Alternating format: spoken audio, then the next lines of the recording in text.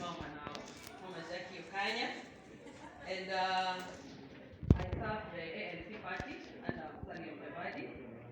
So I am here actually to support this motion on the adjournment in the Diocese Assembly. And in absentia, I'd like to congratulate Honorable Bloomer, the Speaker of this House, for having been elected a second time. As I'm facing election, I come to realize that it's not easy. It tends to be easy when we say it, but actually actualizing it that he's going to come out of this place having served here a second term, I don't want to take it lightly, because in life, whatever you honor, you get to enjoy. So, Mr. Speaker, I'd like to speak to this House and say that what actually bedeviled us is that we came to forget our mandates. Our mandates are very clear, and it is clearly legislative, representative, and oversight. And the question should be, who are you representing? Who are you oversighting? And which laws are you making? Laws to support who? And so what I realized, Mr. Speaker, is that as we came to this House, we lost sight of that. And my prayer is that the team that will come to this place should not lose sight of whom they're representing. And immediately, my prayer is that when members come to this House, they should actually forget their parties.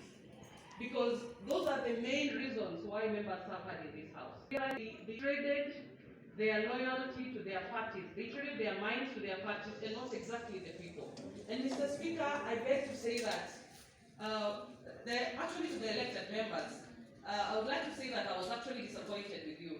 You had nothing to lose, you already elected, and a process to remove you would be like impossible, but you chose to betray your people and come into this House and serve different interests. So, Mr. Speaker, I'm here to just ask that the 60 members who are going to be elected to this House, please come with your mind intact. Don't come here and want to please individuals. And Mr. Speaker, I am leaving this House a very proud girl, because this is the House that is giving me the mandate to go and seek for elected position in Mumias West constituency, having fought clearly that the House leadership and the service board leadership be separated. So I'm leaving this House having engineered that, and leaving this House having enjoyed that opportunity. So therefore, Mr. Speaker, I'm leaving this place having been mentored, of course, baptized by fire. And remember, when I was bringing this case, Mr. Speaker, I was suspended from this House, and all the challenges that I went through because of the interest of the people. What am I trying to say, Mr. Speaker? I am not blaming the process. I am saying that today I am enjoying the fruits of the process. Because without that process, I will not be here, Mr. Speaker, trying to say that the process was good, because that was baptism by fire. And it will be so bad for me to sit down without mentioning the members who fought through to ensure that that suspension never worked out. That is Walter Maube. This is a strong fella, and I wish him well. Akosi in absentia, I wish him well. And also Mheshimiwa Farouk, I wish them well. And Job in absentia. These are members who were not careful in fighting the impunity that was going on in this place, Mr. Speaker.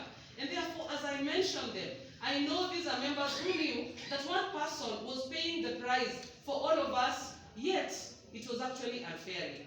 Not forgetting Honorable Zile Nyamoma. She suffered under the friendship and sisterhood of Jacky Okanya.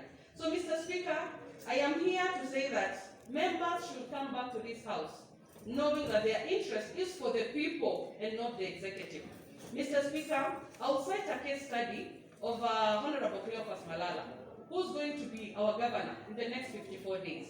Mr. Speaker, this young man was a member in this House. He served as an MCA in this House. This young man went against all the odds to become the senator of Okanya County, 2017-2022. And Mr. Speaker, you know the challenges that this young man has gone through the Senate. And Mr. Speaker, it wasn't easy. What am I trying to say? Come with your minds in this House. Don't leave your minds at home when you're coming to legislate. Because, Mr. Speaker, what I would like to say is that the public is suffering under our leadership. And it beats logic when you're asking yourself, then why are you a representative? I would ask that the members who are going to come to this House, allow yourself to suffer the pain train and protect the people you are living at home. The people who are sending you here to enjoy that car, to enjoy the mortgage, to have your salary, you're working for them. You're a representative.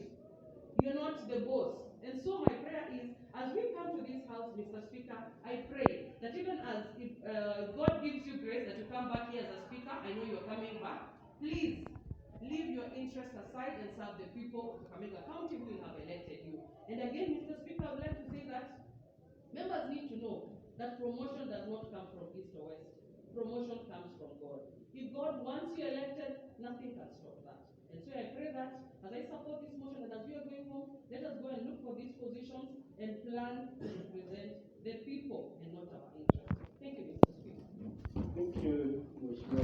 Okanya, for that very, very touching speech. You only forgot to say that after your suffering, the Speaker is the one who made sure that you are reinstated. Thank you. And you are